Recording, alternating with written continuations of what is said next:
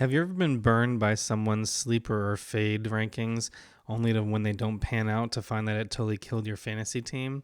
In this video, and yes, for those of you who can see, I've got O'Neil Cruz's data pulled up here, and he was someone who was highly touted and really pushed really hard going into drafts last year, who really busted out really badly and had a really horrible season with a 676 OPS.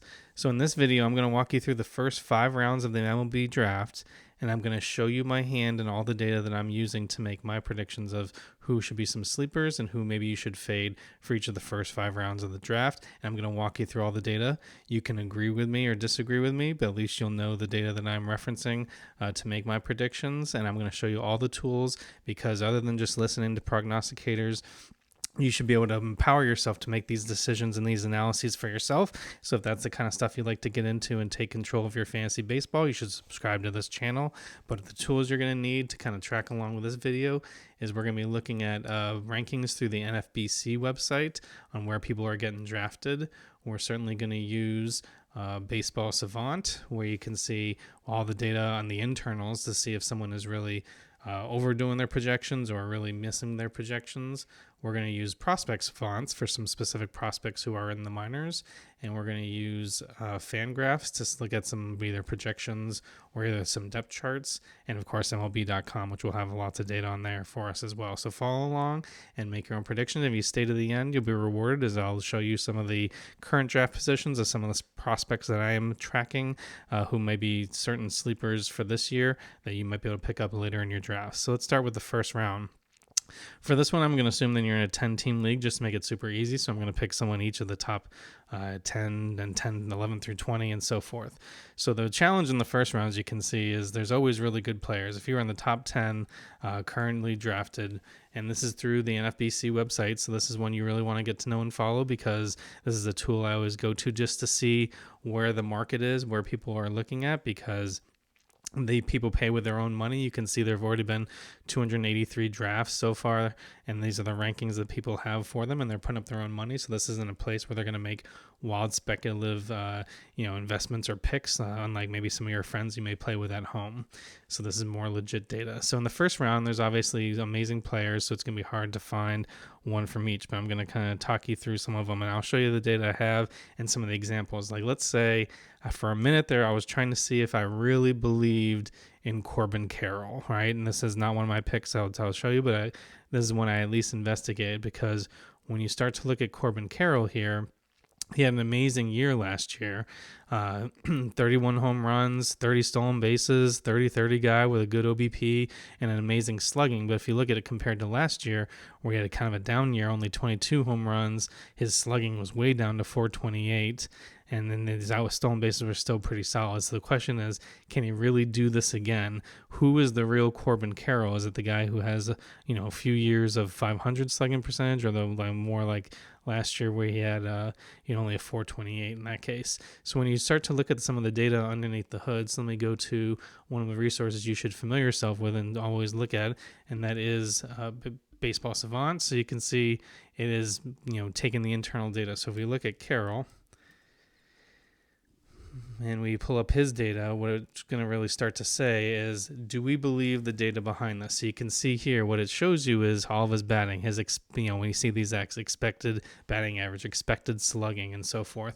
And you can see last year, he had a slugging percentage of 541, but what was his expected? Just ignoring just how he hit the data, hit the ball, how did it come out, what was expected was 529. So that's basically right in line with that. It says if his expected slugging had been like 450 or something that looked more like last year, then you could start to make the argument that maybe he was getting lucky. But in a lot of the data you can see here, he was very highly ranked on all the percentiles for lots of things. And let's actually pull up some of his data from his previous years. You can kind of project through here. I love going through this one. 2023, he had some pretty good data. That was a pretty good year for him. You can see he had a 868 OPS. But then he had this terrible year in 2024, where his expected slugging was even 401, way worse than we actually produced at 428. He was really cold on some of those big categories that you want to see, but he had his contacts rate was still pretty decent. But then when you take it into 2025, you can see he made, some of us have made a significant change, because now All of his expected data is really off the charts, almost 90th percentile for many things other than batting average of 262. He probably sacrificed some of his strikeout rate, a little bit higher chase rate, a little higher strikeout rate in doing that, but it paid out with an 884 OPS. So that's an example of someone who you may look at initially, but I wouldn't even consider, because the underlying data behind his numbers actually support it. So I support Corbin Carroll where he is. So in the first round, the actually sleeper, it's hard to really come up with a sleeper with this, but the sleeper that I'm going to take and I want to convince you of is Jose Ramirez. I know he's getting a little bit older, so depending on the league that you play in, but he's currently getting drafted 5th overall. And I think I would make the case, and it's not, maybe not a huge call, but maybe a controversial one. I would have him number 3. I would put him ahead of Soto and Bobby Witt Jr., just behind Ohtani and Judge. Some people may say that's crazy because obviously Bobby Witt Jr. plays a very elite position of shortstop, but I'm going to make the argument, and you'll see it repeated here in this video a couple times. Third base is actually horrific. I feel like it's not very deep this year, and Jose Ramirez is head and shoulders above anyone else. So if you're the only person who has Jose Ramirez in your leagues, everyone else is going to have more risky third baseman than you, and I think you're going to put yourself in a very good position, especially if you're, depending on the type of league that you're playing or how many people are in your league. So I would actually put him up here above Bobby Witt Jr. because if you look at the shortstop is a little deeper. I'm not taking any away from Bobby Witt Jr. of what he does, but it's really just the position scarcity or how far the drop off is between third base and shortstop that I think you really need to take advantage of early on. And Jose Ramirez, you can see, we'll just check through some of his data here. He's just, rock solid, 30, 39 home runs the last couple of years, slugging percentage over 500, stolen bases over 40. So possibly 30, 40 guy that you can get who plays third base and then has those stats hanging over the heads of everyone you play, I think is very elite and something to consider. So now, who would I fade in this one? It's hard to, just because there aren't really that many terrible players or anything like that, but I think the highest risk of the set, some people may choose Ron Acuna Jr. because of his health, but I personally believe he answered those questions, because when he played last year and when he came back, he was outstanding. 21 home runs in just the reduced amount of time that he played, still with a slugging percentage and OPS over 900 while he was playing. So I think Ron Acuna Jr. is still an elite player, and he showed that no ill effects, and I think you give him another offseason to heal from that injury.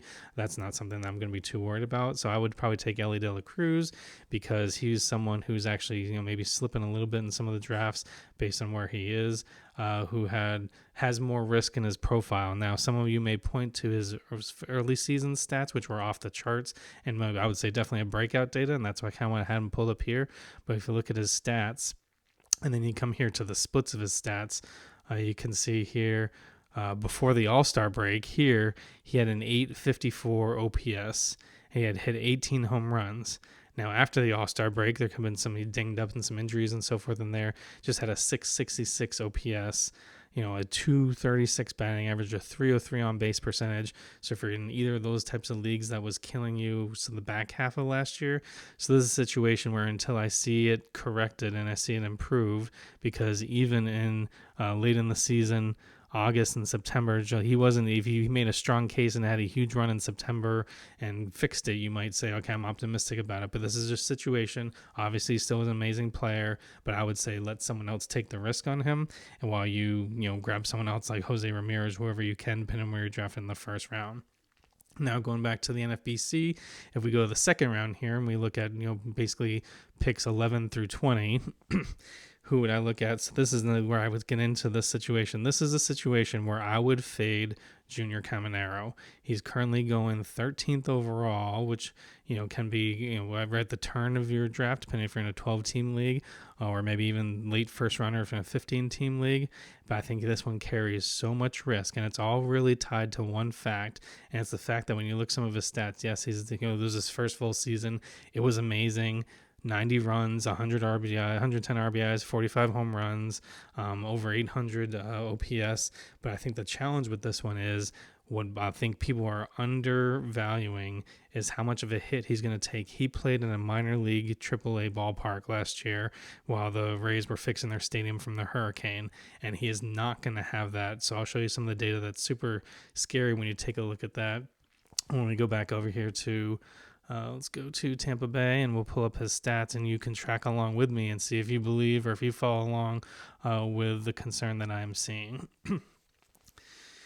So with Junior Caminero, obviously things look pretty good over there. When you get into the splits data and you look at just the simple home and away stats, at home games he was amazing. 953 OPS, that's elite. 595 slugging percentage, so just the 22 home runs, a 313 batting average. I personally believe these numbers are inflated because he was playing in a minor league ballpark, and when he gets back in Tampa Bay, which is notoriously known for being difficult to play in, and I'll show you that in a second, I think he may struggle. So if you say, hey, forget that minor league ballpark, how did he do in most major league ballparks? You look at his away stats, the home on the surface, it may look still pretty good, right? Not a huge drop off in runs, home runs, or RBIs, but under the hood, you can see only a 743 OPS, a more than 200-point drop in OPS just by playing away from a minor league ballpark, and his slugging percentage dropped 100 points. His batting average is 218. That is unsustainable in any batting average leagues. His OBP was 266. I've played in some OBP leagues. You really can't start anything below 300. That would be disastrous. You'd be punting that entire category if that was you had. So for those people who are looking at it, I would allow someone else to take the risk. There's just too many questions with him. Moving back to back to Tampa Bay's home ballpark, the park factor drops. So, the minor league ballpark was like 8th overall in park factor in baseball, and he's dropping to the 28th park factor in baseball. So this is a situation where I would not take that risk. I would let someone else take that for me. But the person who I think I would take, and now you can see how I'm pairing some of these just to make a point. You can make an argument, even at 18, maybe Nick Kurtz is too low, and you can see maybe he's kind of sliding down a little bit. People aren't sure, there's out there, some people have sophomore slumps, but as a rookie he had an amazing 36 home runs, 90 runs, 86 RBIs, almost over 900, almost 1,000 slugging. It looks amazing. So some people aren't sure whether he would be repeating that or not in the same case. Let's go back to his and we'll take a look at that. And the fact is, because he, with the Athletics, also plays in a minor league ballpark, and however, the only difference is between him and Junior Caminero is he's going to stay in their minor league ballpark the next couple years, and he just got paid. So you can see here, and let's check it under what his stats are looking like in his splits between home and away, and here it is. He was still amazing in his away games. In away games, he still had a 967 OPS, 14 home runs, all that kind of stuff. In his home games, though, he had 22 home runs, over 1,000 OPS. So you take Junior Caminero, who had a 900 OPS in his home games, and you take him out of that ballpark. However, knowing that Nick Kurtz had an amazing year even on the road, which I think has his underlying tools, and you pair that with the fact that he's going to stay in this minor league ballpark, I think his numbers are going to go off the charts. We can take a look here and just pop them up in Baseball Savant so you can see what it looks like under the hood for him as well. Obviously, the sophomore slump could be something that people are concerned with. Obviously, he has a high strikeout rate. That's the one thing he needs to work on. Everything else is elite and off the charts. His batting average expectations probably relatively low, but his slugging, exit velocities, hard hit, it's just everything is off the charts to say that I think he can repeat what he was doing for last year, and the fact that he's playing a minor league ballpark will only kind of soften any risk of a sophomore slump for him. Let's go back to NFBC here and take a look at our third round here. So in the third round here, between picks 21 to 30, also gets pretty difficult here, but who is a sleeper that you could have here? And this is a little bit kind of a surprise here. I'm going to go with James Wood here at 28th.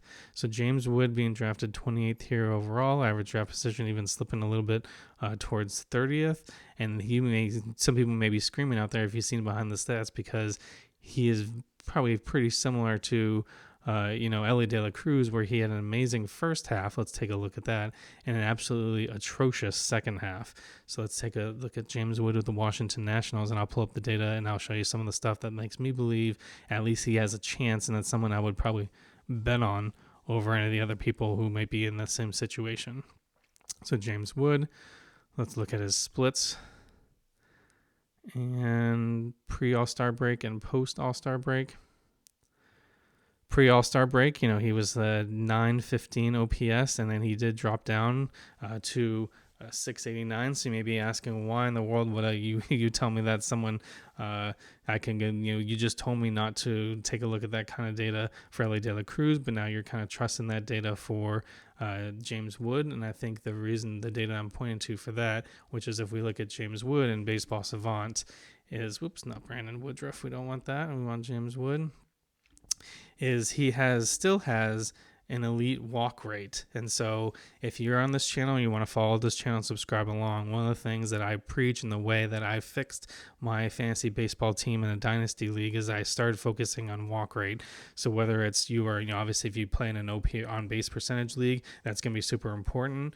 But even if you're in a points league, it's also very important. But it is underlying so many things so that if you're struggling or slumping as a player, if you're at least getting on base and still walking, you're less likely to get benched. So you can see he still has a very elite walk rate, 12.3%, almost in the 90th percentile. So even though he strikes out too much, and that's what you want to keep your eye on, and that's the risk that you're taking, you can see his walk rate is still elite, and I think that's going to help carry him even while he's trying to work through some of the other issues and be a little more patient with them. So this is someone that I would at least take the chance on for that case scenario. And as you can see here, there's a pattern to the pairs that I'm picking for example purposes. Who would I fade in this case? There's lots of great players, but the one that I'm going to fade is actually someone I actually really love, but it's Jackson Chourio.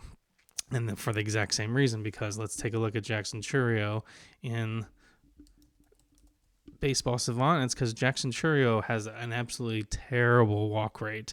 And so even though the potential for him is sky high, and that's what people are buying into, look at this 2025 year. Like, he looks like a very average player other than his elite bat speed. And his walk rate is so low, it's 5.1%. And you can see here, people are drafting him so high, he's really a 2020 player is what he's shown. And he's probably going to get capped at a 2020 player unless he can show that he can start to walk and cause some more trouble for pitchers. Otherwise, he's floating around 800 or just under 800 OPS so far in what we've seen for him. And it's because he doesn't walk a whole lot. He has the potential, and people were talking about making comparisons with him to maybe someone like Acuna when he was coming up. However, I really saw this and looked at the data, and I said, he's really just going to be Michael Harris until he learns how to walk. He, yes, could be 20 player, maybe 25 player, but his expected batting average is 247. That doesn't exactly play super well in some of the leagues you're having and stuff like that, and his walk rate is so low that his on-base percentage is not going to be amazing either. So this is someone who I think if you're in the third round, if you should look at how important a walk rate is to whether it's a points league, on-base percentage league, or even in a batting average league where you just need the player to not get benched if they're going through a prolonged slump so they can contribute. Walk rate is the most important thing I want to highlight for the third round. Now let's take it back to NFBC and take a look at the next round, so between 31 to 40. So looking at the players here, the player who I think is a sleeper, and this is almost one you can kind of bank on just by health. If Yordan Alvarez is healthy, I think he's going to be a monster again, right? He's always been proving it. The question with him is just truly how healthy is he going to be, and is he going to stay healthy through the entire year? Let's take a look at him here. Yordan, and the internal data still looks really good. He didn't get enough plate appearances to really fully qualify. That's why these bars are showing up in dashed red versus solid red, but you can see he's at the top of the charts for everything you'd want to see. His expected batting average is 284, his slugging is 549. So even though he only got 199 plate appearances, and under the surface his OPS doesn't look good. This is one that's interesting here. This is where I would take a look at this. You're looking at the surface as he's coming back from injury, and you say, well, he didn't do that great. His OPS was around 800, and his slugging percentage was only 430 instead of being 580, 560 in the past. Therefore, he must be terrible. So even though it's only 200 plate appearances, and it takes a while for that to normalize out, his expected slugging was 549. So there are people looking at this guy and saying, oh, his slugging was down. He's losing it. I'm going to fade him. But no, his expected slugging, the way he was hitting the ball was exactly the same as he'd done in 23 and 24. So under the surface, he's looking healthy, and his batting average was 284. It just didn't translate in these short amount of plate appearances coming off an injury. So this is someone that I would bet on if they stay healthy that can really contribute way more value because Yordan Alvarez, if you get back to these years of 23 and 24, this is almost for sure first round talent that you might be able to get relatively late in your drafts because people are worried about the injuries. Obviously something you need to monitor as that's been tracking him, but that's someone I would want to bet to get that upside potential on him. Now, who would I fade in this round here? And this is someone who I still actually like in the same way, but I would actually fade like Zach Neto just because here he is. He's also a 2020 guy who can play shortstop, middle infield, utility, but his on base percentage is kind of limited to 320ish range and so forth. Let's take a look under the hood. But this is someone that I just really think for where you are in this, and I know lots of people are high on him, talking about maybe 25 or 30 type of player. However, in the same way, the same type of thing, if you follow this channel and subscribe along, one of the things, if you want to improve your team, you got to start with the walk rate, and his walk rate is well below average, only 6%. He has a relatively high strikeout rate, so you do have pretty good expected slugging. His batting average is very average, but I think that those other things outweigh it, that I wouldn't take him this high versus other people that you can get. So now let's go to 41 to 50. If you're drafting your leagues in 41 to 50, the sleeper here is there's a lot of great old names. You can see, oh my gosh, Bryce Harper, Mookie Betts, even Devers here. It's a really interesting spot because a lot of the veterans are sliding here for some of the younger players, but you got to find out who you think can actually contribute. So it's tough to say, Betts at shortstop in that position flexibility if you wanted to go with that, but the sleeper that I would actually take is Bryce Harper. I still think he can contribute at a relatively high level. And I think he's being faded a little bit too far based on what he's done. He is first base only, so depending on where you are in your draft, you may want to take that into consideration. But he's still a rock solid, contributor. And let's take a look again under the hood here. Harper, and see what we see here. So I can show you what it looks like. Just to see if it lines up with these projections. You can see, still way, at the high end of the charts. His expected slugging is kind of pretty close to what he did. He's still hitting the ball really hard, probably slipping a little bit just as he gets a little bit older. His strikeout rate is relatively high. 20% is whiff rate. Chase rate is too high for me. He's got to get that down. But here it is. His walk rate is relatively elite, so I think that's going to float him, and he's not going to hurt you. He may help you in many on-base percentage leagues. That's why I think I would definitely, of this list, I would take a look at Bryce Harper and keep him in mind for those situations. Now, who would I fade in this one? This is another interesting one. I used to love this guy until he got traded from my Boston Red Sox, and it's Rafael Devers.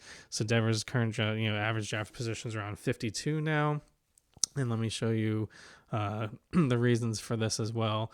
And you can see here, probably the best way to do it is actually through Fangraphs, because Fangraphs will actually break out his performance. And this is, again, I think you don't want to overestimate ballpark factors, but him getting traded out of friendly Fenway to San Francisco is so terrible for him that I think it's really going to have an impact on his performance.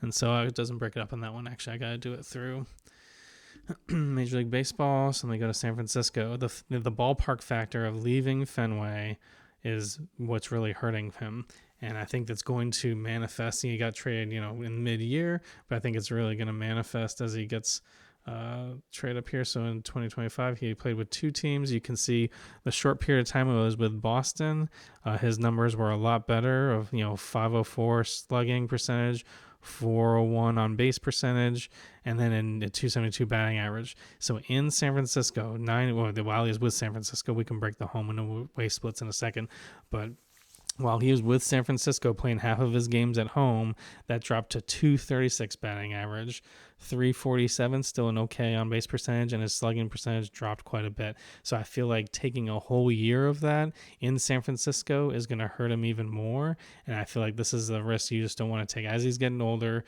he's limited to first base. I liked him better as a third baseman, but I think this is someone who you want to fade and let someone else take that risk, because the ballpark is going to really crush him. So now let's take a look at some of the prospects that we really like and see what we have going on here. So we have Uh, Let me see. The first one I want to look at is if anybody follows this or subscribes to this, you know that I'm super high on Chase DeLauder for this coming up year. He's got to stay healthy, but here he is. He's currently getting drafted 365. So he is, being drafted relatively late, and he's actually not getting drafted in all leagues right now since there were 282 drafts so far and only 251 where he was actually selected, maybe based on roster size, what they have, and so forth. But let's take a look under the hood of what we can see for him. See if he had any data in Prospect Savant that would help us indicate. And this is Chase DeLauder. And this is another example. You'll see why I like him so much, and it's because he also does walk us a lot as well. He has a rare combination of power and patience at the plate. Maybe he didn't have any data. He had very limited. All right, so here he is. So for the small period of time that he was playing before he got injured last year, he was really again, really high data, super high walk rate, 14.5%. His strikeout rate was very manageable. 1 walk per 1K is something you really look for. He has, really good expected batting average, slugging percentage, maximum any exit velocity you look at, he's really looking really high. So I think the risk for him is truly just about injuries. And I think he has a strong path to playing time in Cleveland because they need power and he can deliver it. My only hope for them is that when you saw that he made his debut in the majors in the playoffs, which I think speaks to how much the organization is betting on him, but when he made it in the playoffs, he was playing center field. I do not want to see him playing a really defensive intense position like center field. I would love if he was truly a DH, maybe with a little bit of time in a corner spot like right field, but he should not be, because otherwise that's the only way to kind of protect him from injuries is not give him a high workload out in the field, because I think this is a bat that Cleveland needs and you want to keep him healthy.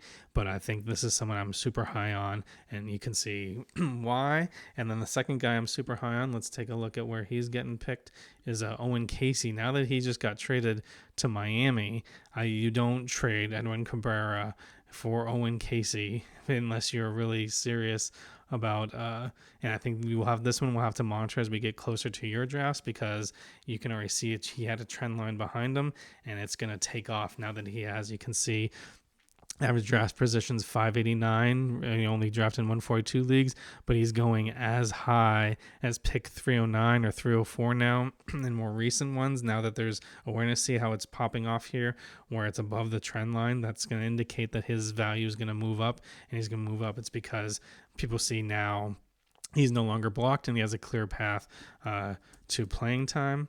But let's take a look at his data here in Prospect Savant to show you why. Again, all of the elite stuff you'd want to see for expecting batting average, slugging percentages, AAA data is at the highest you could possibly have. The concerns with him, of course, are the strikeout rates. So that'll be something we'll have to monitor as he gets to the majors to see what that is. But he does have the pretty good walk rate to balance it out, and his chase rate is actually pretty good. So he's not chasing or expanding his zone. So we just got to see if he can be more smart, whether it's pitch selection or pitch recognition, whatever he needs to do. Hopefully, Miami is a really good analytical team. I trust the new GM, so this is someone I think you want to monitor and really take the risk on. Any late rounds, even if he comes up another 100 or 2 picks, this is someone you want to consider for your outfield as a sleeper prospect in drafts for fantasy and so forth. So if you've enjoyed this and you enjoy fantasy baseball and really showing you the data, let me know in the comments if you disagree with any of the sleepers or fades that I made, but at least you know the data that I'm basing it on, and we can have a database discussion versus just feelings, opinions, and our own personal preferences. Thanks.